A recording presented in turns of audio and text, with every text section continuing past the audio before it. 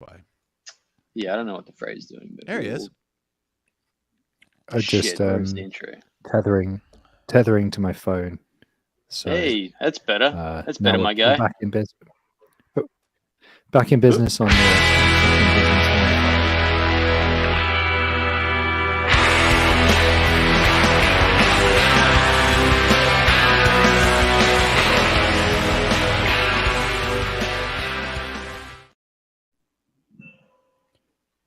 Hello and welcome to Game of Nodes, a weekly podcast on the cosmos from independent validator teams. And that was the strangest intro we've had in a long while. I couldn't tell when it started. I couldn't tell when it ended. Kind of seemed to end halfway through a bit of the thing. So, yeah. Hey guys, what's going on, man? I mean, that was the normal intro, right? I feel like that was the normal intro. Maybe I just got rugged by the internet there. Well, you just reconnected, and the next thing you know, you're like, "Oh shit, we're live!" Like, oh, we're here. What's happening? Yeah, that's how it works. I mean, but this is why, going back to last week's conversation, this is why we get the business internet, to a separate SIM card, so that when everything goes to shit, we can still join the podcast. So, for context, those that don't know, the Frey has just had to tether to his phone rather than use his home internet because it was playing up. Should be fine. It was not working great. Which is weird because it should be a 2 gig line. And yet it wasn't. Obviously today it was 700 kilobits for a second there, which is somewhat baffling. But I would say it was a good bit less than 700 kilobits. It was pretty bad on this side, yeah. Well, I mean, I'm using Colin's internet, so courtesy of Artifact Staking. Thanks, guys. Oh yeah, where are you at? I'm in LA. No, in LA, man. Yeah, yesterday I rode a bicycle from Manhattan Beach to Venice Beach. Oh yeah, nice. And then Santa Monica and back. Yeah, it was probably like, I don't know, 45 kilometers. And man, I woke up this morning and my quads and my knees were fucking wrecked.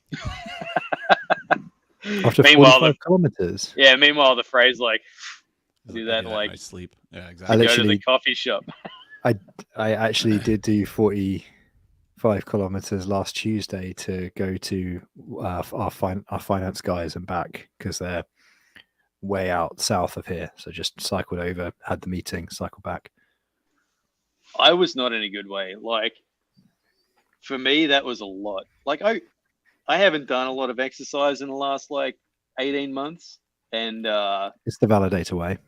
Yeah, holy shit, man. Like, riding there, the tire on the bike was, probably 1/3 flat, which didn't help. That does and not then, help. That's not going to help. The rear tire. And then when you stand up to pump, this is an old rusty bike that I borrowed off someone. When you stand up to pump, the front suspension was bouncing right up and down, so I wasn't getting the full mojo into it. And it was noticeable by the time I got back. I feel like I put in probably an extra 30% work that I didn't need to. I mean, that's the story of life, isn't it, really? You just summed up my entire experience of everything. It's just put in about 30% more effort than was even necessary and ended up just tired and emotional at the end of it. So the whole effort aside, though, went to Santa Monica, had a great coffee and a nice hamburger.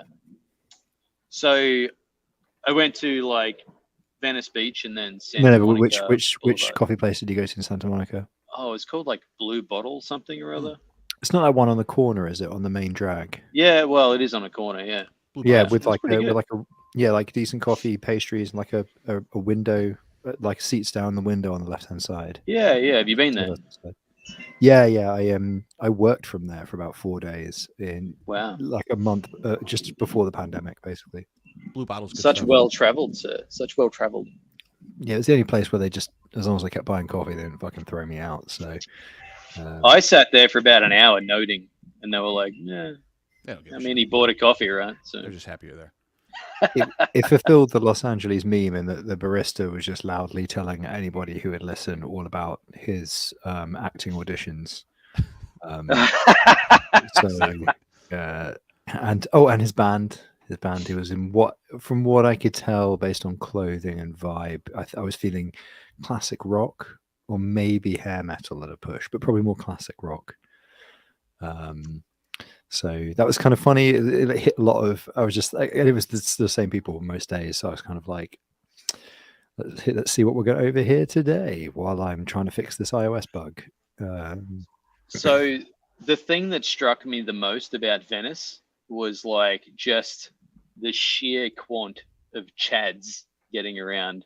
There was like mega Chads everywhere. I could Was not it not like the believe homeless it. camp on the beach? That was the thing that fucking struck Oh me. yeah, no, there was homos, but the fucking Chads, man, like as soon as I got there, there was like 10.5-foot tall people that were like wedge shaped with like 40 packs. I'm like, and they're just wandering around. I'm like, what is going on here? Like, what is this place? There's just Chads everywhere. They spend all their time. Fucking work out and like just try to get in movies. I guess so. I mean, if you're going to do it anywhere in the world, that's probably the place to do it, to be fair. But yeah, I just remember being super freaked out by, not freaked out, it's not the right term, but just so like the extent to which there's like a tent city on the beach, like it's India, and this is LA, and you're like, whoa. I mean, there was far out.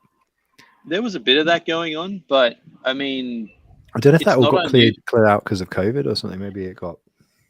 No, it was still there, but I just don't feel like that's unusual these days. Like you go to a capital city, there's like a tent city there somewhere these days. It's you know, it's common now. It's commonplace. There's like no, you know, there's no move along anymore. It's like, oh, you want to live here? Okay, no worries. Go for it. Yeah, fair enough. I mean, to be fair, I don't remember seeing that anywhere in Australia. Oh yeah, fuck, mate. It's there. Yeah, definitely. Yeah. In Canberra? Maybe not. Well, I don't really get around Canberra that much, but yeah, of course for sure in Sydney and Melbourne. Oh yeah, I go to fucking Canberra on the weekends. No, I don't go exactly. there. Of course you don't. I've been there twice. You go to the Gold Coast, don't you, for a good time? I do go to the Gold Coast, but I don't go. I fucking knew it. But I don't go to like Surfers Paradise. Okay. Do you hire a jet ski? No. No, you're not a jet ski guy. No, we go hiking in the mountains. There's some good mountains just like in the hinterland of Have you forgotten the rule of jet skis? Nobody ever looks unhappy on a jet ski, right? I can't afford to hire a jet ski, man. Well, maybe not the bear market, but you should have gone there during the bull market. You could have bought a jet ski, put it on the company, whatever. Corporate entertaining. I put all my money into my nodes now. Put all my money into Chihuahua. I don't know why I pronounce it like that. It's Chihuahua. Chihuahua. Yeah, Chihuahua and Chihuahua coin. So I guess in reference to my trip, Cause Less Harm says null eat tacos, a plethora of tacos. So everyone has actually said that, and I have not come across one fucking taco track. Okay, so go to Venice and then like fuck off a ways to I think it's like a Whole Foods or something. There's like about 8 blocks back from the beach, maybe a few more. There are street tacos outside there. They're really good. Never came across any. And ain't going back. It's opposite a fake English pub called the Cock and Bull. So Jake's advice to me, he said, if you're in Venice and you see any fucking food truck that's got a line up outside of it, stop and get out of your fucking vehicle and wait in the line. That's good advice. Yeah. But I didn't come across any, so I didn't have to do that. Advice. Yeah. All right. So I hit Jake. So on your advice, Jake lived in Venice. So I hit him up yesterday. I'm like, I'm going to Venice. I'm like, I'm in Venice.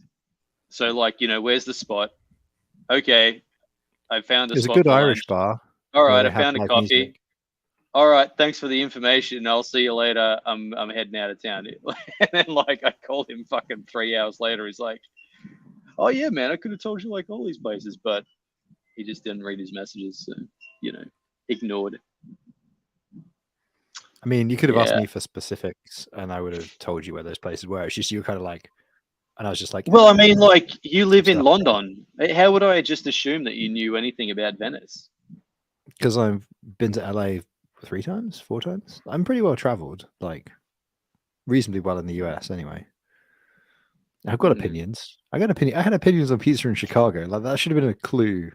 Maybe my opinions on pizza in Chicago were wrong, but I still have opinions. What were it should tell you something. You weren't a fan of the deep dish.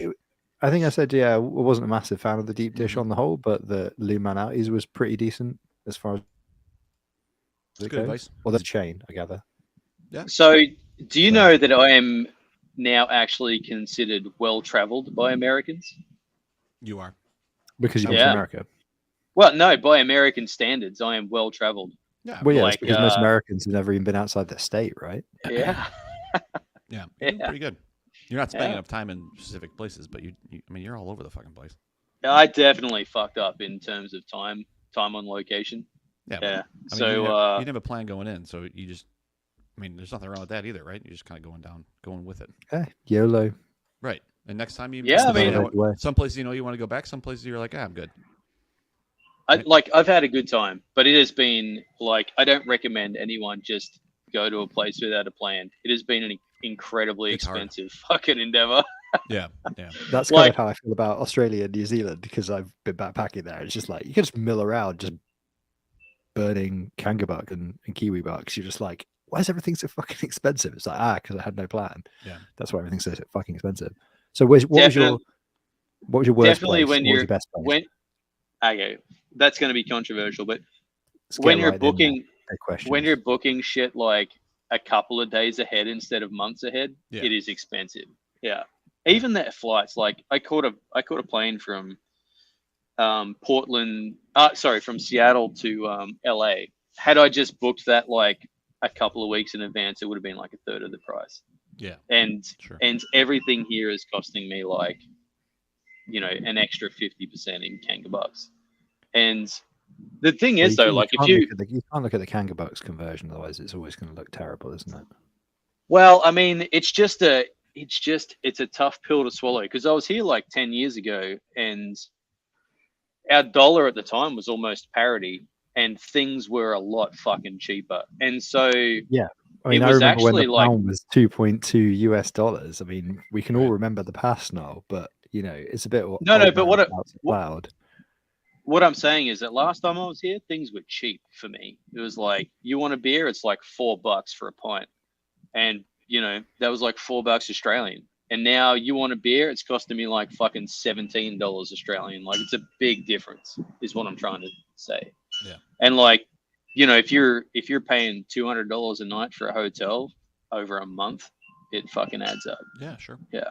Yep. Yeah. So I'm lucky I've got friends like Lavender and Artifact who have like put me up for nights so I can enjoy these beautiful cities without hemorrhaging fucking money.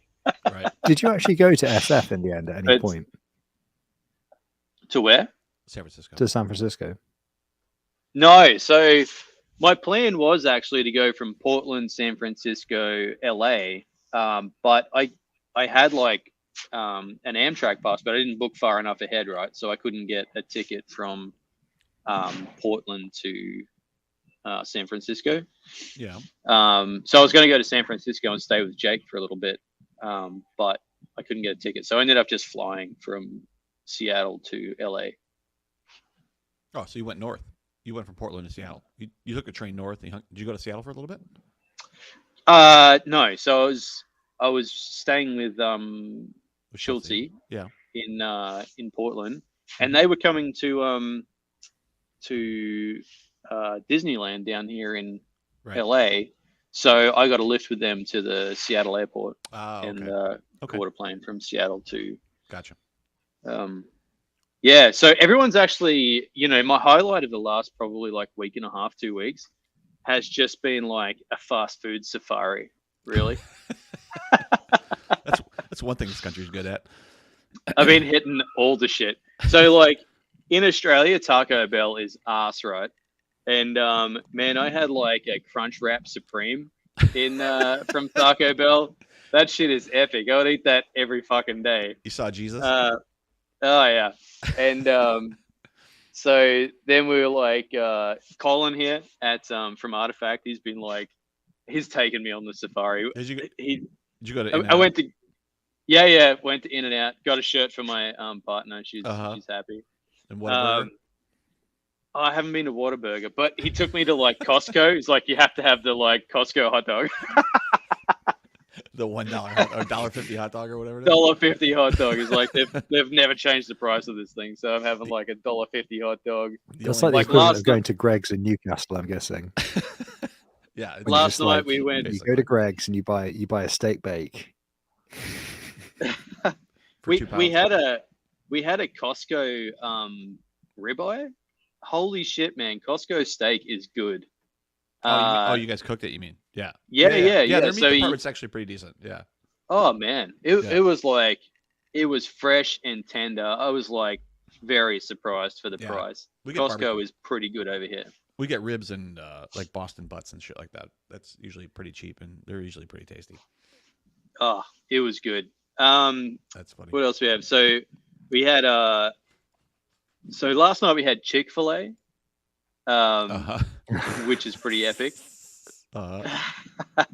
Like a Chick-fil-A deluxe and just like jam that fucking like sauce all over the thing. And oh my goodness. and then we went to like it's probably what was left? What's that? No, what was left? Oh yeah. What was left? Oh yeah, so I mean, like, it's probably more of a local thing, but we went and got these like thick shakes. I can't remember the name of the place, but they were epic, man. It was like it was 1,300 calories in a thick shake. Yeah, I couldn't fucking sleep. Too funny. And then That's for real. breakfast this morning, we went to Sidecar Donuts this morning for breakfast. So I had a coffee and I fucked up. I had 2 donuts. And I was shaking till lunchtime. I had something called a butter and salt donut, which was just crazy. And then Donut degeneracy. and the other one was like a cinnamon swirl type fucking situation. But yeah, so basically I've just been on like a food safari, and it's been pretty good, to be honest. Like, it's a good way to go out for the last week, just hitting all the fast food joints. Now I know, like, you know, when you're watching a movie and you're like, oh, I got to get fucking Chick-fil-A. And they're like, that's a good chicken burger. Oh, man. Fair Well, dues. it sounds like so when you're out of there now, right? Like today or tomorrow or something? Yeah, 9:00 tonight. So probably head off like an hour and a half after we finish the The poddy. podcast here. Yeah. Get down there and get registered.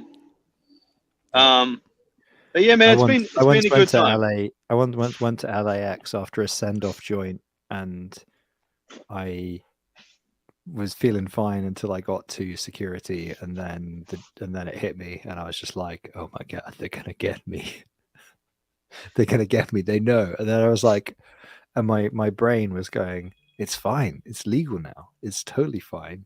You're in the clear." And that did not help at all. I was just sweating and not making eye contact with anybody. It was horrifying. And this was back when my passport had I went around North Africa a few years ago, and so it had, like, you know, all the Arab Spring rogues gallery of passport stamps as well. So they take one look at it all and they're like, where the fuck was this? And you're like, hey, no worries, that's just Tunisia. No worries, just about that. No worries, nothing that's funny about that place. And they're like, what were you doing there? And I was like, what do people do really when they go places? You know, man, they just, you know, they go places and they hang out. They're like, this guy's fucking stoned as fuck. And I'm just like, you know, man, sometimes you just gotta go to a place and see what the people are like, you know. Just try not to get fucking thrown. Thing is, I guess, like, if they're seeing you out the door, they don't give a shit if you're a terrorist or not, right? That's how it works in America, I guess. Sure, plus or minus. Yeah, maybe plus or minus. But yeah, that fucking that one stamp, that Tunisia stamp, but before my passport switched over to the new one I have, that caused me. The Americans didn't like the Tunisian stamp, was what I learned. Like, what is this exactly? Yeah, well, I'm just glad. I'm just lucky. I had the fucking foresight to not let them stamp my passport in Cuba back in the day. Otherwise, I guess it would have been even more problems. But that's another story, I guess. Should we get to Cosmos stuff, or want to skip it this week? What's happening, Cosmos? I mean, there was. Oh wait, hang on. I know what happened in You got Cosmos. something? Oh, you got something. I got something. I'm just very, very tired. No way! We had a quintuple tombstone, I think simultaneously, right? Is it? How do we score this though? Because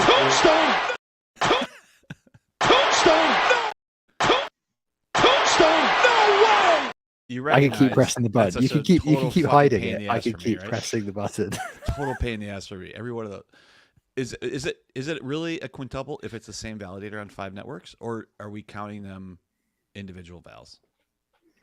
This is a point of order. Yes. Is that a new one? Ben Kingsley has the opinion, I think, there for us. I mean, it's quite a philosophical question, really. Is it? Right? It's deep. Are they all unique tombstone events? Are they all part of the same? I mean, I think they probably all count as the same tombstone. This show has fucking layers. So which tombstonings are you talking about? Lay it out for us. I believe Nodist tombstoned on 5 networks due to a misconfiguration while rolling some validators. So I think to Usurper's point, it was actually all kind of the same incident. If you're doing PagerDuty, you probably have called it all the same incident. The incident, like the underwhelming Porcupine Tree album, which I believe came up in conversation the other day. I apologize as well to listeners. This is really peak exhaustion, me, and I've just had a sip of beer, so this is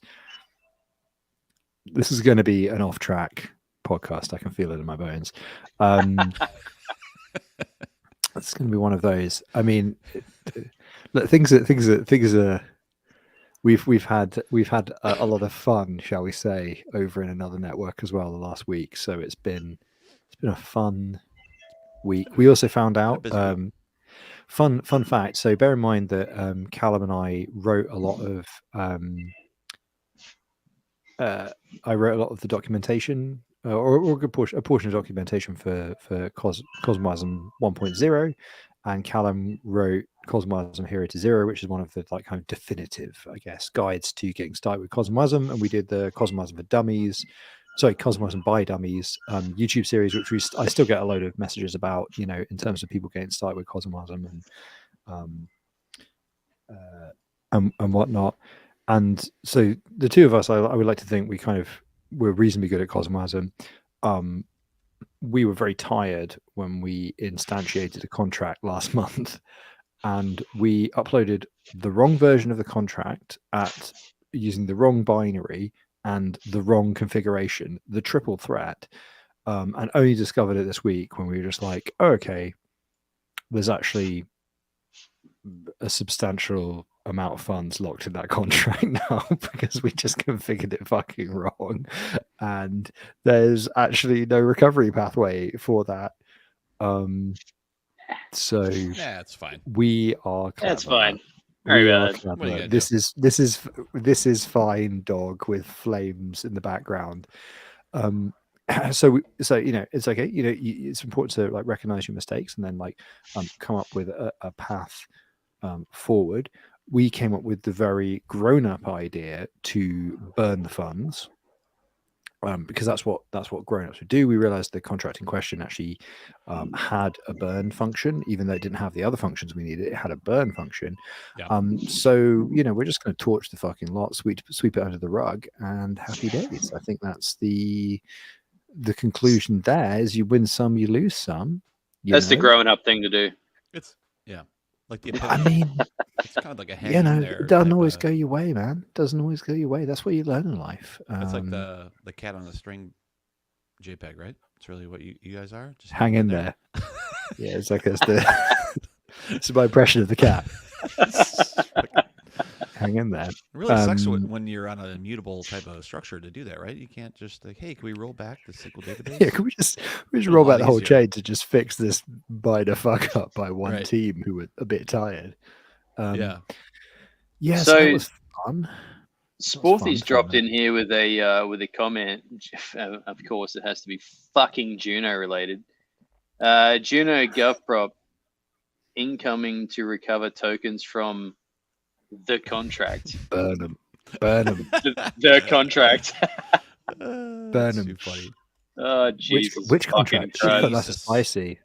That's spicy. Which contract? Are you talking about Prop 16? Because that's. I'm talking. Yeah, I'm thinking of it. I'm like, just let that thing just die in the shadows. Just don't ever talk about it. Just let it be.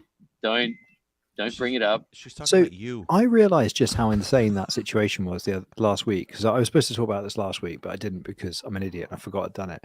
I went to. Sporty might entirely not be talking about that. No, she's talking about you. She's talking about like, is there an incoming GovProp to unfuck your fuck up? That's we've just gone. Oh yeah, it's probably like Prop 16 related. Yeah. Do I have to explain? No, we've just. We just fucked it up. It's probably, it is definitely a problem exists between keyboard and chair, and the chair in question is probably this chair. The keyboard is this keyboard. So, that's fine. All right. So hang on. Let's real talk for a second here. I need to apologize to Sporty because you wrote Sporty. I did. We were supposed to. Yeah. Today?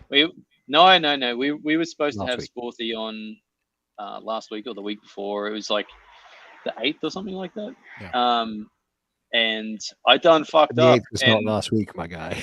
No, it's like weeks ago. And I was like, it's like the 15th today, and I was like, wait, that was like the 29th. It's like April now. Yeah, I fucked up, and cheers, because I wasn't there, and you guys didn't remember, and so. Oh, I like the little share of blame. What was that? That was a little share of blame. That was a little. Are you a parent? Because that was definitely a little. Hey, I put it in the group chat, and I said that Sporty was booked in, and you guys didn't follow up. So. So Sporty just said in the chat, Null rugged me on International Women's Day # IWD. I mean, I'm ashamed on your behalf. The whole reason that Sporty was coming on was to talk about like the Women's Day and Cosmos, like women in Cosmos, and their validators. So I really fucked that up. Multiple. Well, Sporty, since you're in the chat, you should just probably come on next week. Yeah. And since the rest of us are in the organization here, the organization process, we can probably not screw it up. I mean, come on right now if you want. DM me, I'll flick you the link. You're clearly fucking awake, so. That's just it. I mean, everybody just join in. You can have up to 8 people on a stream. Yeah. Like we've got a spare slot here in the screen. So. Okay, so back to my point. My point was that, right? Okay. PTSD. What? So I can't wait. I was at this event, right? It was a scientific blockchain convention, essentially academics, right? An academic blockchain thing that happened to be in a city in the north of England. So I was like, sweet, I can get there. Awesome. Cycled over, like the full DJ and idiot I am, just like rocked up basically on the bike, locked up my bike, went in and was like, it's actually a bunch of academics talking about blockchain, and I'm just like an actual DJ, and just sort of, here. And I don't know, it really struck me just how like fucking insane, like everything that's happened in the last 2 years, like all that kind of stuff is genuinely insane when you go and look at like where like researchers are, what researchers are talking about. Researchers, there were all sorts of, I mean, I actually wrote down some of the paper abstracts, and I get that also, if you're doing an abstract, if you're doing a paper, it takes some time to get it published and whatnot. So it, there's a lead time on it. So stuff is going to be a little bit out of date, right? But we're talking about like like there was a thing about blockchain, like using account. Oops, just dropped a pen. Using like carbon accounting on the blockchain for the construction industry. That's kind of your wheelhouse, I guess now. Like Solidity smart contract upgrade patterns, which I feel is very relevant as a Cosmosm developer. Not. There were two very, very good abstracts from Swiss guys, kind of no surprise, who had this one of them had this really interesting thing about basically platform volatility in lending protocols and how it was tied to inequality in token holding. And you could basically show that the more big bag, I mean, it's kind of intuitively makes sense, right? The more big bag holders you have, the more potential problems you have with any kind of DeFi protocol, but in particular lending protocols. And that was really, really interesting. And the HHI was correlated with the risk. And so the HHI, from memory, is also the one that people have been talking about in terms of decentralization of validator sets. So it's basically about concentration of deposits. There's something interesting there. Versus, like the Gini coefficient, right, which is normally used or maybe most commonly used to show inequality. And there was some enterprise stuff. There was some. There was actually quite an interesting one about DAOs, where they were basically like, basically nobody has really quantified how many DAOs are out there and who's being paid by them, and like they just don't work like a normal employer. And there's this whole semi-hidden industry of people who are literally now being paid by DAOs that are just not in the employment statistics. And because everybody's like, nobody's being paid by a DAO, that's bullshit. But even in Ethereum, even in other ecosystems where DAO tooling is less sophisticated, there are actually people being paid by DAOs, and there is a path to employment as well by DAOs, which is very, very different to a path to employment in traditional employment. And so this person was basically like a labor economist, and they were sort of like, nobody's really studied what the career path is if you want to be employed by a DAO, like how you even get employed. Nobody has like just written up a paper saying like, well, maybe nobody has, but this was like, her thing was like, we actually need to kind of analyze how people end up employed by a DAO and how that employment works, because we just don't know unless you work in that sector. You just don't have any idea. There's no visibility of this currently, and yet it's clearly more and more people. So that was kind of interesting. I thought that was quite pertinent, I guess, to Cosmos, where everything is a DAO, like, because even all the chains are DAOs, right? Why were they so focused on employment or compensation? What was that? Was it a compensation in crypto type of? Well, so they were kind of like, look, if I was to say how many people work for startups in London, I could give you a pretty concrete number, right? Just as like a labor market number as part of the overall like census, or like an idea of how people work or what work people are doing in the economy, which is like, important from a policy perspective or political perspective. And they were like, look, I can't tell you how many people are full-time working for a DAO. Maybe it's none, whatever. That is funny. Null's just fucked off. What? He's like, fuck it. It's so for those listening on a podcast player, Null just got up, walked out of shot into an Airstream trailer, and closed the door. It's pretty fucking random, he's right? gone. He's fully gone. I thought that was a fake background. I didn't realize that was actually an Airstream trailer in a garden in California. That's amazing. There's like a Chick-fil-A in there or something. Yeah. Who gives a shit about how many people are working full time for a DAO? I don't understand why that's a yardstick at all. Like, who cares? What is well, that? I think because this is academic research, isn't it? So like you might do like any emerging market and say like, oh, policymakers consider this to be unimportant, but we've done some research that has shown that there are, like maybe you do something on like informal employees in the economy. Like it would be, you could see like somebody doing a research paper as an economist on how many people work in the gig economy in London, right? That would be a valid research paper to say, hey, policymakers think it's not that many people, but it's actually loads of people, and here's the evidence.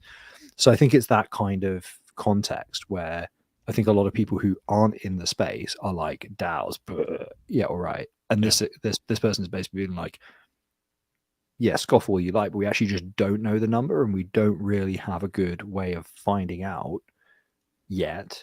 And maybe it's an intractable problem, but I think it's a problem that, there's a whole bunch of things that are very different, like stability and pay, path to employment. And there's really no methodology for talking about it, essentially. And as labor economists, we essentially need to come up with that. methodology for describing how labor works in this new paradigm, where you can work a long time for free and they get paid retroactively, and all sorts of other things which are quite not unique in the scope of all employment, but quite unique in terms of like general modern employment within a regulated economy. So I thought that was quite an interesting one. And then there was a really good talk on the 4 types of stablecoins and the various systematic risks associated with them. Wait, there's 4 types of stablecoins? They categorize them as 4 main types, right? Where there's kind of exogenous, endogenous, so like internal and external stability mechanism, and then centralized versus decentralized. And they basically did a bunch of simulations on types of stable coins with those characteristics, like fed into a statistical model to see what would happen to them when faced with essentially like things like a bank run, essentially, or like a demand side pressure or a supply side. Well, actually, it wouldn't be supply side, it would be demand side pressure, and a variety of other things. And what they found, so an example. Wait, let me guess. The centralized one was like the most stable. The exogenous centralized was the most stable. Yes. Of course. Of course. Why wouldn't it be? Surprise. Right. Right. But the decentralized ones weren't the most unstable. The most unstable was the centralized endogenous, for which their market example was Terra, and Terra collapsed in exactly the same way their model predicted. Oh yeah, that's right. You showed me that, right? I think I shared in the group chat. I shared a graph where it just shows like supply side pressure, and it shows I think Tether reacting to a demand side pressure, and it kind of does a really weird wiggle, but it does eventually revert to the mean, given sui generis type situations where there's not additional pressures, and whereas like UST is just wham, it just like once it pushed past the point, it does collapse. Now there is also I feel like I don't need to point this out, but I recognize that without a meme graph. Yes, but of course the point of academic research is to prove it repeatedly that if you have a statistical model that you can feed inputs in within the range of any hypothetical stablecoin there, and it will collapse. Which collapsible stablecoins. Since you want somebody to say it, your degen tendencies are smarter than these academics. We all understand that. We all agree. We all agree. Everybody on this, we all agree. Okay, I know that's what you want to hear before we can move on. We're in. Yeah. So Null is smarter than the academics. Yes. Well done. Especially in these degen strategies. Thumbs up, right? Okay. All right. Let's move on. So basically, the problem with the centralized ones is there's a higher risk of a bank run. So that's why the exogenous one, where there is external backing, the fact that there is external backing, just the same as there is in a kind of traditional sort of central bank scenario, can mitigate the risk of a bank run, essentially. Whereas the endogenous one, where it's basically just collateralized by another fucking degen crypto coin or whatever, the centralization works against stability. But then there's some interesting stuff that like I didn't fully understand, to be honest, around there were some other examples, like obviously DAI, right, but also synthetics and stuff, where they were giving examples of how you can build additional incentive mechanisms using over collateralization in a decentralized model. The problem with the decentralized model is basically in all of their modeling, they were kind of like, you just need to over collateralize to a point that it begs the question, why bother? Other than the fact it is crypto versus a traditional, central bank.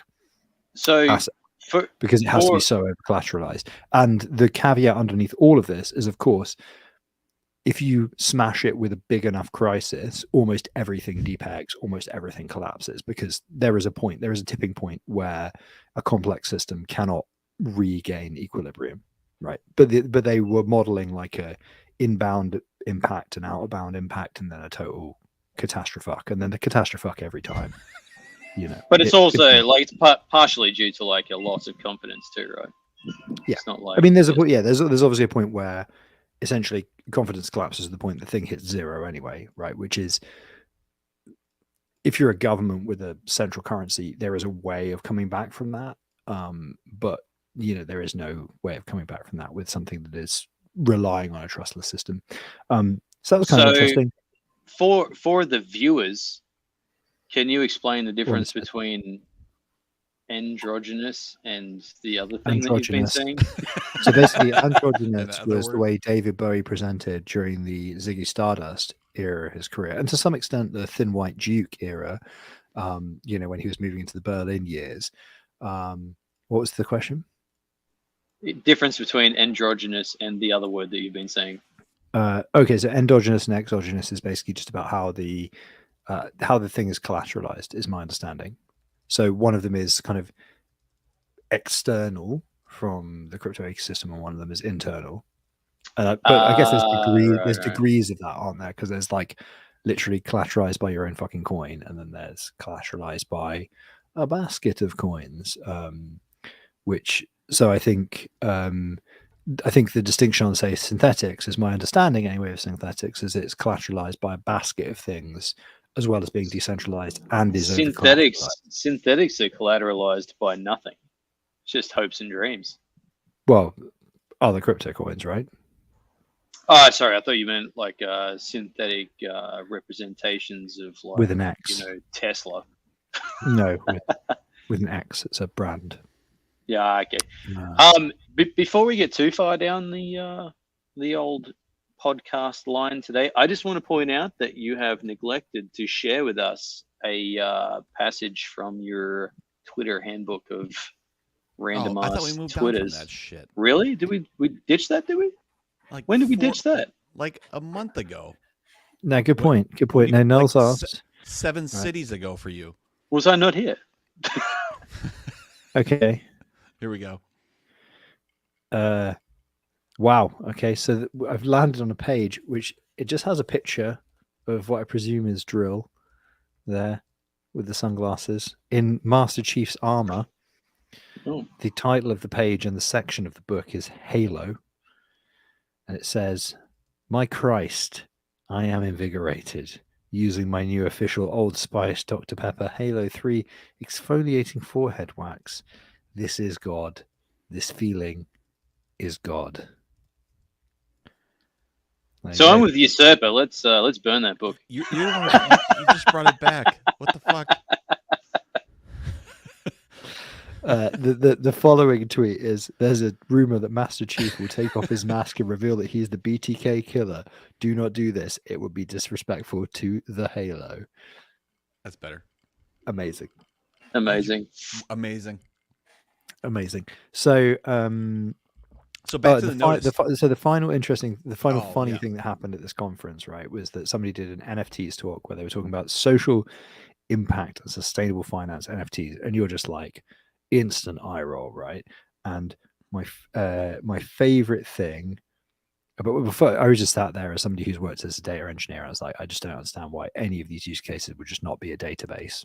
Like, you don't need NFTs, you don't need blockchain, and the crown jewel of the things that they, and I don't mean to just bash on this academic, right, because I think they mean well, but the kind of like the example they gave was the WWF, not the wrestling, Tombstone, no way, but the pandas, the WWF organization, the ecology charity, their NFTs, which were launched earlier this year.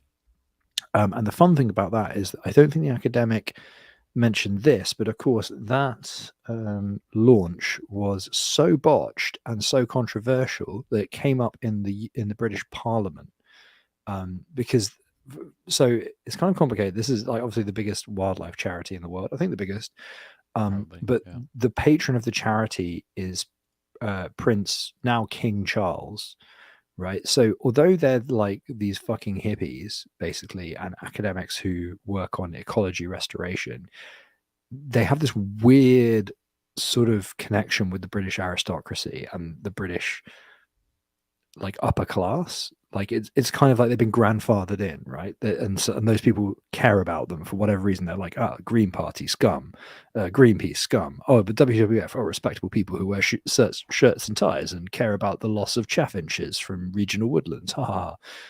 I don't know, but pretend to understand it. But there is some acceptance of their cause in the British establishment, right? And so the fact that they just issued NFTs, it was apparently this really this was in all the papers in the UK anyway. It had not been signed off by everybody, right? Shall we say? And it got to the point that people were asking questions in Parliament, being like, "What are these crypto NFTs from establishments that we all know and trust?" And it got completely out of hand, and the whole project was pulled because they were like, "This is a total disaster." So yeah, that was kind of funny because I was like, "Oh, they're using an example that was literally in the papers as a massive clusterfuck." And a real public catastrophe. It's still a stupid. It's such a fine line between stupid and clever. Yeah, It's just clever, a little clever. turnabout. It's a little turnabout. It's just a little. It's like a fine line. It's just so. Yeah. So I was like, you may have a point, but that's probably not the example to use. Was my my conclusion on that. So I can't buy a Cross River Gorilla for 340 USDC though. There's still some available. How are these still available? 221. because I think they got launched, and then the whole thing turned into a clusterfuck, and so they pulled their involvement. But I think they were already out in the wild, as it were. They'd already rewilded those NFTs. They're out there. Yeah. These looking for a kangaroo, so I could send it to Noel. That's the one. In the wild. That's the one. Yeah. So it's like, pretty but garbage. I think the conclusion from this though is like there was a lot of stuff where it just felt like literally the daily stupidity and degeneracy that we call our lives now is quite a long way ahead of where people outside of the space think Is that good or the bad? space is. Better or worse? I don't know. I honestly don't know. But like, it was one of those, like in the break, I was talking to somebody and they were like, "Oh, what are you researching?" I was like, "Oh, I'm actually just kind of came along to have a look. Like, I mainly work in the Cosmos ecosystem." And they're like, "Oh, what's that?" And I'm like, "It's pretty fucking small market cap compared to Ethereum, but some funny things have happened." And they were like, "Well, yeah, but everything's presumably like really small fry." And I was like, I don't know, man. We had a governance dispute over $120 million last year, which was resolved with a smart contract. And they were like, $120 million. I was like, something like that. Yeah. Yeah, I don't know. It was all a bit of a blur because it was quite stressful, as you can imagine. And they were like, really? And I was like, yeah, I mean, this is like, this stuff seems to happen all the time. We just burned it. What are you doing? Yeah. What did you do last year? Yeah, we lit it on fire in front of their eyes. It was just fucking set on fire. Community just said, "Fuck you." That was it. Exactly. Like, and they were just like, "Oh, funny, you didn't hear about that." And it's like, no, didn't you? No, you didn't. You didn't. I mean, you could have done. It was on CoinDesk. We got a very bad write up, as I recall, for the whole experience. I think my attorneys had a blog post on it. Do you know what? It's like at the risk of being like Game of Nose, the legal advice podcast. Our lawyers sent us a quite interesting article on the legal status of DAOs in the United Kingdom the other day, because obviously they helped us with some of the thinking around the HAL DAO and whatnot. And there has recently actually been a consultation with businesses on their opinions on essentially how DAO should be treated moving forward.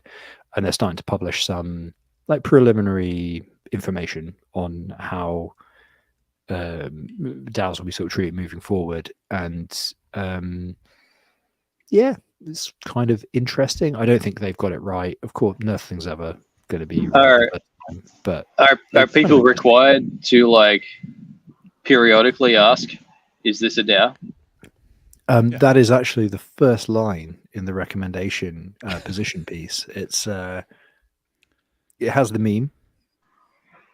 Is this a DAO? It has the meme. Yeah, it says this has been contributed by an industry partner. Envoy Labs have contributed this to our consultation. Yeah, no, sadly not. But yeah, I know. I think the thing that that I guess came out of all of that was just the extent to which, like, going back to even the academics, right, who are, I guess, presumably thinking about this stuff a lot. Either they're very, very deep in the detail on one thing, or they are still at quite like a high level of like, oh, hypotheticals of what you can do with this thing. Right.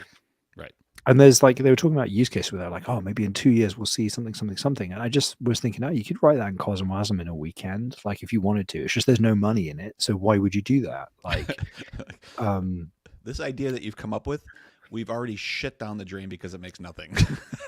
yeah, So exactly. keep going. Like we're past that. We've already realized that makes nothing. So keep going. Yeah, we're already at a point where you can design, develop, and deploy an economic system in a weekend, Right. if you want to. It's just that your idea is bad. Tried it. That's why nobody's done it. Yeah, And in fact, actually, somebody probably already has done it in Cosmos, and you just don't know about it because you guys are all looking at Ethereum. Because you actually don't know all that much about the crypto space. And to be fair, like, look, we don't know everything that happens early. in the Cosmos. Yeah, like, we can't keep track of everything that happens in the Cosmos. So, like, you know, I mean, as a validator company, we're only in 2 ecos, and I already find it exhausting to keep track of what's happening in each one. So, like, I understand, but it does remind me, I guess, like, of how I think we just sort of take it for granted. Like, we just like, oh, this is just what life is like, all this insane bullshit all the time.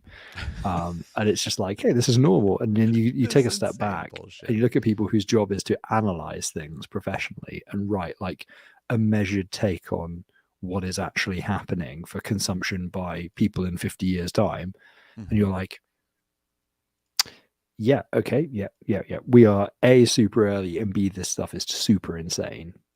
Like, That's some quality analysis. Yeah. I mean, like, you don't need to go to an academic conference to be like, we're early and this stuff is mental. Obviously, that's kind of a given. But like, you know, again, like, sadly, the person doing the DAO stuff was actually calling in. Otherwise, I would have been like, hey, do you know DAO? Because there's like payroll stuff coming in 2.1. Like, in 2 weeks' time, you should just like check it out. Oh my god, you just like look at which wallets are doing it. Yeah, I don't know. Hey, so related, unrelated. DAO V2 has launched. 2.1. 2.1. The DAO has been like upgraded to that. So, you know, if you run a DAO, go ahead and fucking YOLO. That's awesome. I heard in the actually no, I won't say that. You what? Yeah.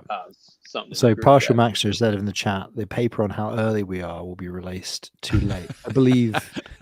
That's fucking awesome. I actually submitted an abstract brief for the 2025 edition of the Journal of the British Blockchain Association for We Are Early, a study in earliness. And we'll see how it goes. They didn't seem to like it. I don't know. A study in earliness. A study in earliness. The great thing about Look, I'm not a great comedy writer. If I was, I wouldn't be here. The great news about being too early is things like DAO get overlooked because in 4 years from now, somebody releases on a different chain 1/10 of the functionality that exists today, and totally blows up because it was the right release at the right time, and it was the right like those things have to align for that success to happen. And well, there's that saying, isn't there? Like, there's nothing more frustrating than being than being 5 minutes too late, or being a year too late, other than being 5 years too early, something like that. That's right. Yeah. Something, I don't know. Somebody might know the exact quote. I've probably butchered it, but yeah, it's kind of unclear at this point which one we are. Also related. We're getting requests for the stickers, Usurper, from you know, the WAGG. Yeah, I think. I mean, we have a ton, and we have them on like 3 or 4 continents, right? Like, we're pretty good on. If people want them in Europe, at me on Twitter, and I'll send them. Don't do that. Don't just send. Don't do that. Send an email to like, I want a fucking sticker at bigballsblockchain.com, and we'll figure it out, and we will make it happen with your address and I need private key. physical redress, mnemonic. Exactly. I need both those things. Just send your And, mnemonic, and we'll get it. We'll make it happen for No, you. we will make it happen. We have tons of good stickers, and we have been talking about merch for a long time. We should actually come up with something. I feel like I've we should said just. before. I've said it before. I'll say it again. The baby grow has been a staple. It's a really good size if you have an underweight baby.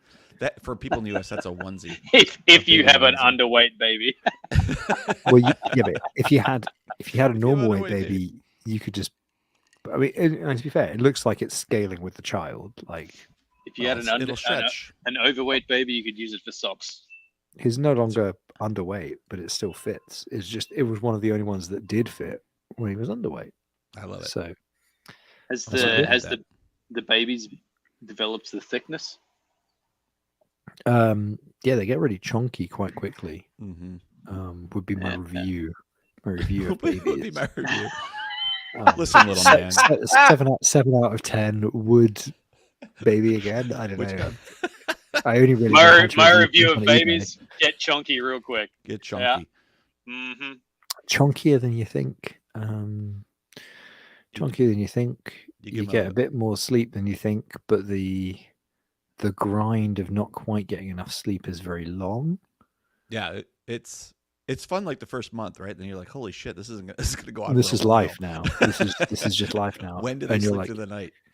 yeah, you're kind of just like, oh yeah, like the thing that really gets me is like you keep talking to people and you're just like, yeah, it's, 4 weeks, 5 weeks, whatever. The number keeps going up, and you're just like, yeah, at some point though, and people are just like, not really. You're like, Two good, years. excellent. No, not that. Listen, sleep training, like we were ridiculously structured on sleep training. That was really my wife. So we were, and sleep training is a real thing. Like that term, like look it up, and like people have a lot. There's a lot of different. I've already, believe me, I've read a book now. It's a real like, thing, yeah. the shit needs to like happen. you have to the train. second you can. Like you think like kids like realize how to sleep, they don't. Like you really need to be able to do that. And he's still young. Like it doesn't matter. This is later. But later, because they'll like move forward and they'll regress, right? Because they're like, oh, we're past this. Like, you can sleep for 5 hours, and then next thing you know, you have like 3 weeks of like him up every 2 hours just to piss you off, right? So Yeah. like, there's at some point that you was have to, basically like, last night. Was yeah, the, like you're gonna have good was nights the- and bad nights, right? What was the Yeah. hey, how's it going, everybody? I'm just gonna let you know I'm still here. Like, were you getting comfortable? Do you know what the Yeah, funny let me thing tell is, Frey? Is that you look decidedly less fucked right now than what you have during like several other like blockchain related events.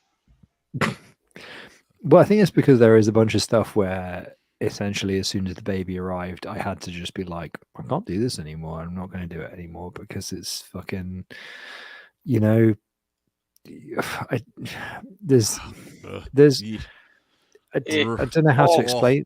I don't know how to explain it really. I'm just I'm a genius. You're fucking wankers. You'll never see me again. it's basically just that. Like, it comes a point where you're just like, I can only do what I can do, man, and I'm not going to do that other shit anymore. So I'm just going to try and take it a bit easier. Be editing this episode for a fucking Sorry. month. So for those listening, every time we press one It's of the such a fucking soundboard pain in the things, ass. it basically causes like a break in the timeline or something like that. So Yeah, it's Usurper has to then go and edit It's like back in the fucking thing that we just did. I have 5 minutes less with my children every time that you hit that button. And you can hit Yeah. it again. It's So the fact that I kept hitting the tombstone button earlier was very welcome, fine. like 100% welcome in the grander scheme of things. I feel bad about that now. I'm sorry, man. That was That's not cool. it's That all was not good. cool. It's all good. So I don't feel bad at all. Fuck your time. no regrets, nothing. That's the Australian way. That's the Australian way. I mean, to be fair, it's probably actually the British way as well, isn't it? Let's be honest. It's just like we actually regret nothing, but we just sort of pretend. We just like sort of.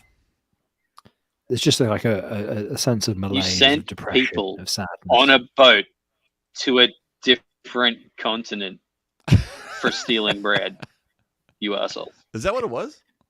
Stealing bread? Quite, yeah, and sheep, like sheep rustling and stuff like that. It was For stealing bread. it's pretty I bad. mean, Or like, looking at In the hindsight, probably the right fucking call. countess wrong or whatever. Yeah, I mean, look, Lucrative. I, Steal a I'm loaf not of an, bread, I'm not get a plot.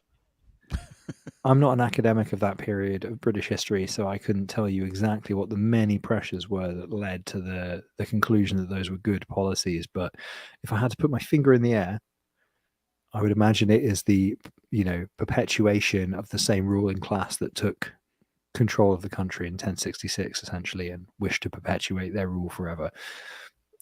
Historians of English history prove me wrong. Anyway. Okay. Historians of English history. It's whatever. Welcome to Game of Nodes, a weekly podcast English on historians? land rights and land use in the United Kingdom Land of use. Great Britain and Northern Ireland, presented to you by independent validator teams Land use. and class Oh warriors. shit. Well, there is an interesting sense, right, in which America, there's a lot of land to go around, right, and you have a lot Still. of problems. You have a lot of problems, and No problem. you did fuck the Native Americans out of the good land. That was a thing. Mhm. But there is like this sense in which you can still just like get usable land to do stuff on. Whereas like in the UK, there's so little land that it still is the case that if you own the land, you just in a very real sense just own what's going on. Like the biggest landowners are still the aristocracy. It's just like astonishing to me. Like it's like this big thing we just don't really talk about how like land rights. Well, I mean, maybe we do talk about it. I feel like we don't. We just don't talk about how like we're just still the same country we've been for like 500 years because every time there's a change in like the wind, the people who have always been in charge just grandfather in the new people and just continue as before. And maybe that's the same in every political system. I guess there's never revolution, really, only evolution, unless you're the French and you guillotine everybody, which gotta say, It might be the move. hey, maybe that's the universe brain move. I mean, like you got to hand it to the Bolsheviks, right? They got the Tsar. They were like, our position is tenuous. Maybe we're going to be in a position where we want to trade them back. We might, there might be some political deal, which means they're taken back or whatever. They just shot them. Just take that shit off the table. Like, Just take it. just end the bloodline. I mean, it's it pretty works. brutal. I mean, in some cases, it probably makes a lot of sense. I mean, that used to be the way, right? You wanted to stop a bloodline, you just fucking kill everyone. You stopped it. Yeah, I think that's maybe in my head a little bit because I rewatched June at the weekend. Because you rewatched June because the new one's coming out soon. Partly the reason, but also because I watched like a short documentary on how they did the sound design for it and like the various techniques and stuff, and it was very interesting. Anyway, I was just like, it was a really good soundtrack. I want to hear it again. So watch the film, and it kind of reminded me like that's the most bizarre reason I've ever heard for rewatching a film. It's like, It's a I great heard film. something about the fucking film track. I better rewatch that just to verify. It's a great fucking soundtrack. I like. Don't music. trust, verify. Mate, I'm literally a music journalist. Of course, I like music. Of course, I like soundtracks. Anyway, whatever.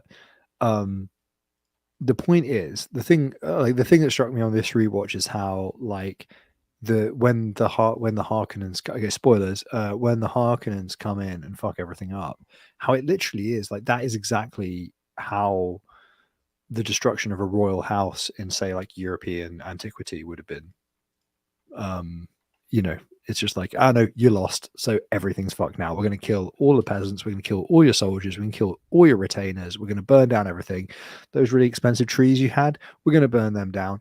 We actually quite like those trees, but we're going to burn them down anyway, just out of fucking principle. And you're like, oh gosh, it seems a bit severe. And then you're like, yeah, the Romans like salted the earth at Carthage after the Second Punic War, right? Okay. So for those I've just obviously just stopped them in kind of so for those again listening later, Ben Davis, the comment was, this is dangerously like the Master and Commander shit. Well played, you are correct. which plagued the first 6 months of Game of Nodes. It's a great film. And you know how long ago that was? Okay, that was like 6 months ago, but it was a long time ago. We've had a lot of episodes of this podcast now. You Yeah, somebody at that some point argument there's spanned going a to be lot an of episodes. academic. There's going to be an academic tracking the social history of the blockchain ecosystem in Cosmos via the medium of the podcast Game of Nodes. It's going to come full circle, my friend. They're going to find this episode and they're going to go, "Oh, that's a bit of a shame. They're being nasty about Are they people like gonna me." find And to that All that's going to come future out of that researcher- study, the only thing that'll come out of that study is the definitive list of of tombstones. tombstones. That's the one. I mean, that would Which is be a where we great started academic this. paper. To be fair, The only Cosmos piece we've had in this. to be fair to that researcher, and if you are listening in the future, we have no problem with academics. not. Obviously, you They're are, not listening in the as far as I can tell, lovely people. Sorry if there was any Wrong, but indication lovely. to the contrary during this podcast. It's been a long winter, and we don't just mean the crypto winter. It's been a long, cold, dark winter, more generally, in the northern hemisphere. Gosh, it has. Oh my goodness. Thank goodness we're nearly in April when it finally starts to get a bit of light. Oh You my know, I'm God. gonna go from winter in the States to winter in Australia. You are. Yeah, you're Yeah. going right. Yeah. Although it All I've looks like seen is winter yeah, for like the last fucking year. mate, no, your winter is not like the winter in the north of England. It's not like The Breckenridge, winter right? that's behind you is sunshine, right? We don't get fucking sunshine for 6 This months is of the the year. only fucking sunshine I have seen in like 9 months. Get out of here. 9 months. You live in Australia. That is not plausible or correct. We can literally, okay, if we had enough viewers, if we were like one of those, those big gamer channels had with enough like loads and loads of viewers on YouTube, I'd be like, guys, go back and clip a clip of when Noel was in the sunshine from the last year. Go show me. And then people would just like send in hundreds of clips on YouTube Shorts, mocking you. Just laughing at you. That's what. What an asshole! He's been in the sun the whole year. What an asshole! Yeah, yeah. Sometimes, yeah. I mean, to be fair, we don't need any part of that. The drama associated with those YouTubers seems to be like, although a lot of it they do bring on themselves, as far as I can tell. I'm not an expert on it. I but think it that's seems what like drives listeners, right? And it's what kind of like it's built around that. Yeah, I vaguely followed like a hitman speedrunner niche, you would think, but with quite a lot of followers. And I haven't obviously had the time in like the last 6 months really to watch any shit. And so I just saw their name came up the other day, and it was of course in like a scandal, like a Cancelgate type thing, where they had been doing a stream and they just like flicked between tabs, and there was just like, and it was something really actually quite really bad, like super unpleasant. It was like AI generated porn of colleague streamers or something. Like, yeah, it was like really actually like, massive breach of trust, bad stuff. And I was like, oh gosh, stop paying attention to the internet for 5 minutes, and that's what happens. Yeah, it's like, well, I guess I won't be enjoying that content when I finally get a chance to watch YouTube again, whenever that is. Ben Davis with the only comments in the last half an hour. The chain halt helped with your viewership.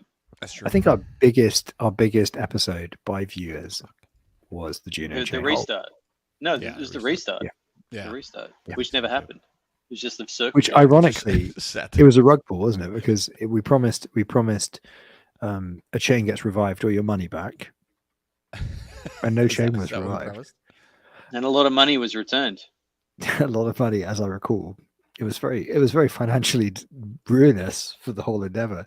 That was the one where we just called up all of the Dowdow lot in Portland, wasn't it? And they were just all in a big house hanging out, and they just just randomly joined throughout the whole thing.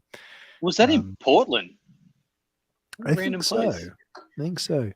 I would have thought it would have been in like San Fran or something. You know what? There is something a little bit like this is crazy, right? I feel like genuinely, like the period of time that Juno, for example, or any of the main Cosmos chains, because like for me, Juno and Stargazer launched in the same month, so it's all a bit jumbled for me. But like I genuinely feel like it's only been like less than 2 years, and it feels like 1,000. It does feel like 5 or 6 years of my life. Like the compaction of time. It's like, general relativity.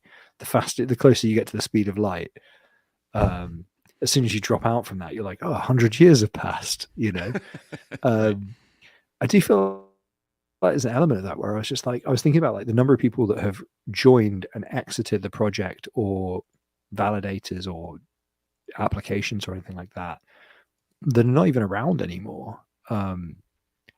Is like pretty crazy. Like, Has that? It doesn't seem like it's been that much of a. Well, maybe in Juno, but it doesn't seem like it's been that much of a flux in Juno. But it could be. yeah, I mean, I guess it depends. I guess it depends which contingent of people you mean. Maybe not That's true. validators so much as like there's a lot of people who I guess I talk to on a daily basis or worked with maybe over the past couple of years who just not even, in some cases, not even in crypto anymore. Yeah. Well, You know, be that from market pressures, be that from other things, be that things going wrong. Can't blame him for that. Right. You know, Yeah. but I don't know. It does feel like a long time and a lot of churn. Whenever I moves kind of quick. reflect on that, Yeah, it does. Are there any comments on the old AIB? I don't really know the whole story there. It sounded like they were. So the way I understand it, which I don't, Well, say first, Ben Davis asked, care to risk a hot take on AIB bridging a lawsuit against an ex-employee who wanted to work on a fork? I don't know the details, so I don't know if that's 100% correct. But anyone got So, any, as I understand it, okay, allow me to choose my words very carefully. Mhm. As I understand it, Mhm.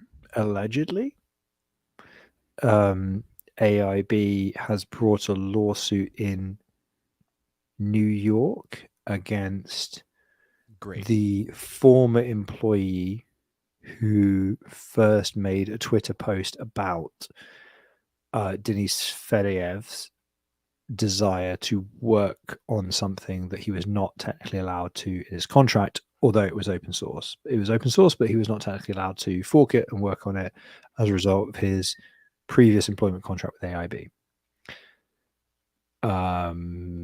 Meaning he was a full-time employee or an employee under contract.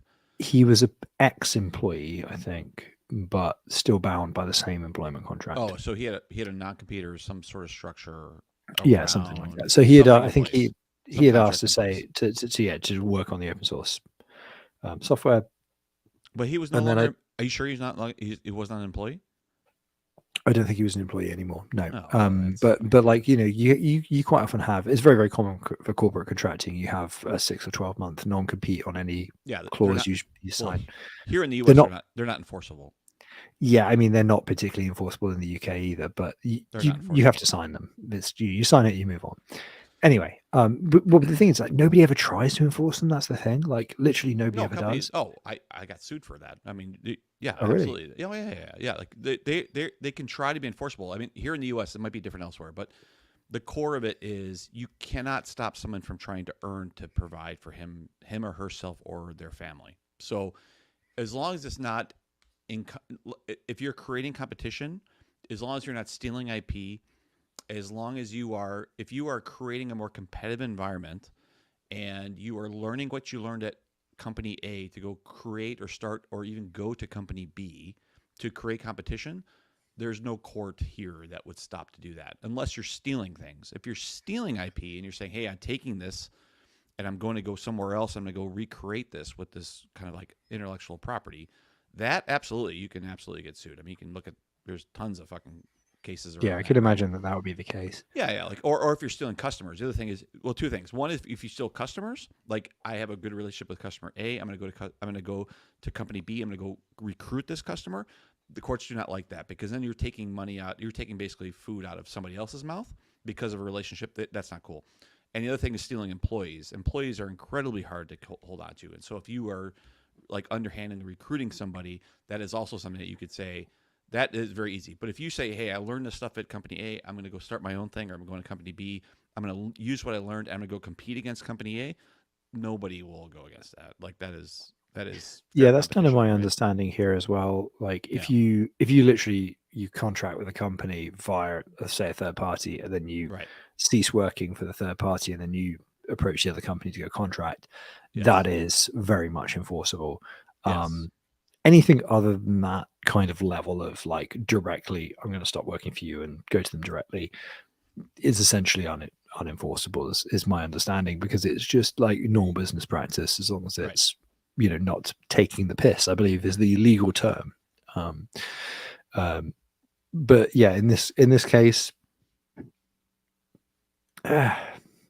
And if the source is open source, meaning like an organization has said, "Hey, we are giving this back," and I'm not sure what license that's under, but assuming that company B or wherever this person left to, and they're not violating the agreement of how they are utilizing that source, I'm not sure what argument is here, other than unless there's other intellectual property that that person is taking to say, "Hey, this is something I learned that is uniquely covered under IP," whether that be customers or whether that be something else that can be enforceable in some sort of way. But so I didn't really.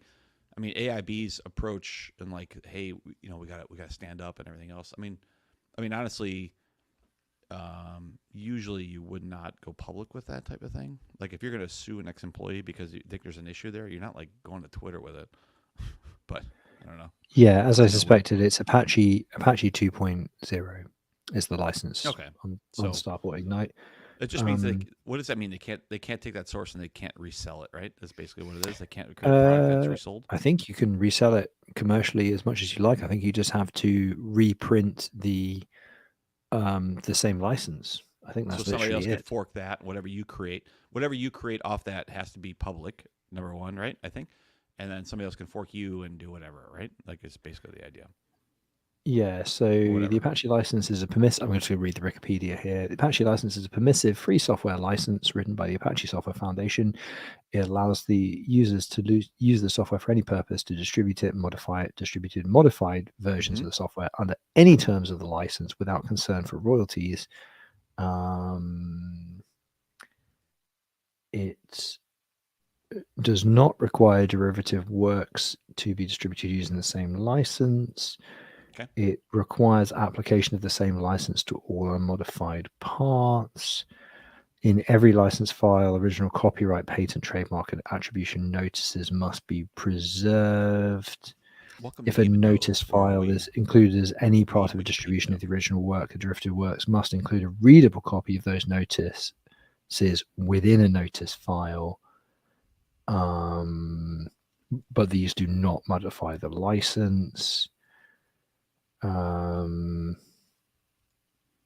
there can be no patent litigation after the fact unless explicitly stated otherwise. Any contributions submitted by a licensee to a licensor will be under the terms of the license without any terms and conditions.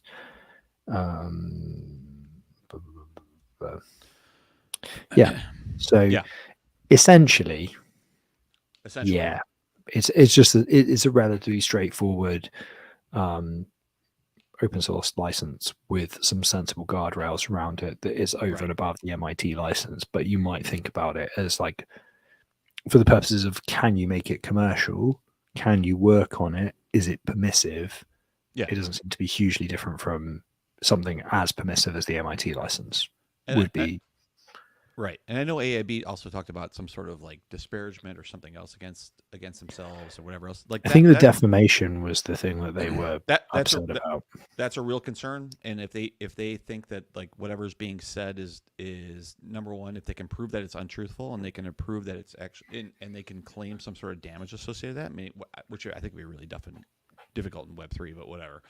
But if you're proving to say, hey, this is our growth in terms of stakers, and we have X, Y, Z, and it's going lower than that, and so therefore you're costing us money, like that's a real number, and a court might hear that. But I think getting to that point is, that seems like a kind of a stretch to get to a point where you're gonna get a jury to understand what the fuck is going on here.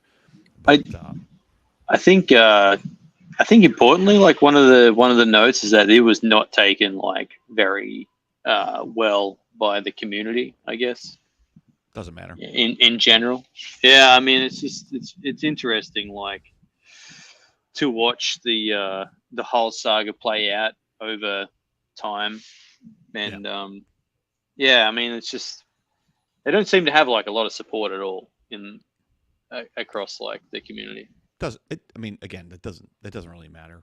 like it really In the depends court of law, it doesn't matter, but Yeah. it's interesting to watch from like as a bystander perspective. Yeah, But I then, think like a personal take would be like if somebody wants to kind of bait me into, I like obviously this I don't have any. I think you should just kind of let devs work on open source software. That's obviously my opinion. Like it's a kind of no skin off my nose approach. Like the Barbara Streisand effect thing. Where you try and bury the evidence of the big mansion, and everybody just posts pictures of it on the internet. Like it's not like I'm obviously not like one of the things about British law I like the least is defamation law because it's primarily designed to protect the interests of a moneyed upper class who have more money than anybody else. And like this seems like any big company obviously has more money and more resources and more lawyers than any Yes. individual employee. sure. This is why we have unions, right? But this is the extent to which AIB must have more money than anybody that could stand up to them is probably disproportionate to a ridiculous degree. Like even if you had a union, even if you had some other body that you could sort of look to for arbitration, I doubt that they could stand up to anything that could be thrown at you. Yeah. So it is like really something where it's so uneven always is going to stick in your craw. I think is the first observation. Without really taking a side on it, I just think like whenever it's just somebody punching down, it's just a bad look. It's just my opinion.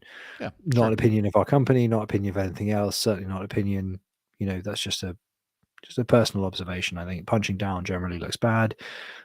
And the second thing is just we're trying to get people to come and build in this ecosystem. And what you see time and time again is that like specifics of an issue don't tend to matter so much as the optics of an issue. And the optics of this issue, and this is not my personal issue. This is what other people have said to me. This is what people have because people have asked us to talk about this on Game of Nodes, and I was a bit like, but like the overall impression I think that people have by and by could be wrong. This is just the take that I've been given by other people. Is that this is basically an organization that's supposed to be a leader in the cosmos suing a dev. Yeah. I mean, this is also a bear market issue, right? If the bull was going on and they're making a shitload of fucking money and all this type of stuff, I think that they kind of let this slide or they find do it in a way that's not as visible or something. But I agree. Like this, it's a bit petty for an organization, and the real question of how much actual damages are they feeling because of this, I think is probably more in marketing terms. It's not necessarily in terms of. I think the damages they're looking for is like $150,000, and I'm like, why even bother? Honestly, you're doing more reputational damage by Seriously, taking this lawsuit like, who the fuck is looking at than this? anything that happened before Totally. that. Like, why would you look at Their this? their one tweet was like more fucking reputational damage than what Easily, yeah. the outfall of them fucking doing work is. Right. Allegedly or whatever, Totally agree. Like, why? Yeah, why or whatever, allegedly and stuff. Like, there has to be I mean, like, on any sort of legal movement, you have to look at it and say, what is the ROI in this type of structure, right? Like, are we really making anything? And anybody who's can I just observe to the listeners? This is why Usurper is like Loki, the smartest guy here. Is that we're all just like, this is a complicated issue, and it's like, but what is the ROI on this legal move? But anybody's been like, wow. If you've been in the cosmos for 10 fucking minutes, right? You would know this is not the right move, right? Like you would look at it and say, what's the ROI on? Like, are we actually? So what are we making a statement? We're gonna increase our worth because of getting the community all fucking pissed at us about suing in this type of situation, or you just say, let's just see if we can go to arbitration. Let's see if we can maybe make some things to say that this does not go forward if they really feel there's damages here. But they go after $150,000. Like, what are you doing? Like that doesn't make any sense, especially at that size, right? That's nuts. Like that's. I think that's the problem. Is it's like life ruining money to the dev, and it's like it's chicken feed to a large organization them. So it's just, again, it's back to the punching down thing. You're just like, what are you trying to achieve other than literally on this podcast, all three of us are looking at that being like, I don't want to have to pay $150,000 because somebody decides they don't like my opinion on the internet, which is Right. fucking ridiculous. That is Right. literally the you know what that is? That is okay, just my opinion, but it's childish. Yeah, Is what it is. It comes off as childish, and it is It does. toxic to attracting devs to the ecosystem. Which, given that the SDK, I go on about it, is not an ergonomic product at the moment, and obviously there are some very, very clever, very, very smart, very, very determined people who are currently working on modularizing it and doing lots of things that are going to make it more accessible for devs. And that's coming in SDK 46, SDK 47, SDK 48. I'm kind of wired into some of those conversations, and like I do appreciate there is some determined efforts to make the stuff more approachable to new developers, but you also need a pipeline of new developers to stick the course and actually see that to the end. Yeah. And you just look at this and you're just like, fuck, why bother? There are fuck are you people in doing? other Near will throw money at you to come in their ecosystem. Exactly. Aptos will throw money at you to come in their ecosystem. Why would you do this? Hey, come work in For our what? ecosystem and maybe get It's sued. so fucking short-sighted, right? So fucking short-sighted. And not even like, there's not even like, it's not short-sighted for like millions, right? It's short-sighted for literally, to them, I would assume, incremental cash, right? And you're making, and like, how would you not read the fucking room? That's just like, it doesn't make any sense to me. But whether they're right or wrong, like, I'm not saying they're right or wrong. I'm really not. That in a legal system, that doesn't make any, like, that's only part of the truth, is if they're right or wrong. Even if they're right, is it worth it? Like, is this in the long term the right thing? And is this in the right thing for, and we've talked about this on this fucking show more times, a rising tide raises all ships, right? And so, to your point, Frey, like, if you're shitting on this whole ecosystem, or you're trying to say, hey, this is dev hostile type of thing, and even if people don't read it, it's still news, right? It's end up on CoinDesk or some stupid shit, right?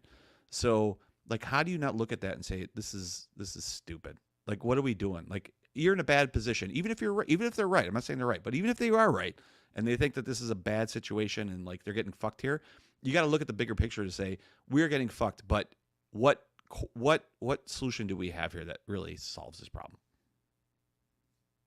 Right? Well, that's just it, isn't it? Like, and yeah, and especially anyway. AIB must be a large bag holder as well in Atom and a variety of other currencies in the eco. You just like, all of those things are going to add up to substantially more potential return, like you said, than anything to be gained from this, either reputational on the one hand or financial from damages on the other hand. And the knock-on effect I've seen of this is, even in a short period of time, is other people basically waving around the defamation stick and being like, see, that time when you did say something about me, I could have done this. And it's just like, it's such a bad precedent, because now other people are talking about defamation lawsuits right. in the bloody interchain. What are we doing? We're just completely wasting. Like, if that's the way this ecosystem is going to go, I'm out. What's the point? Fuck this shit. Because I tell you where nobody threatens to sue you for just going to work every day: corporate contracting. You turn up, you fucking write your Terraform, you give your corporates, you give your executive summary, you say, hey guys, you should be running on AWS, on GCP, rather than running your own data center. You're wasting a load of money. It may not look like it right now, but believe me, you're wasting money. Your job is selling widgets. You should be focused on selling widgets, not running servers. You'll thank me in 5 years. Let's fucking go. YOLO. Come on. You hand that over to the board. You go about your way. You know what happens? You don't get fucking sued. I love it. That's how you make money in this business, baby.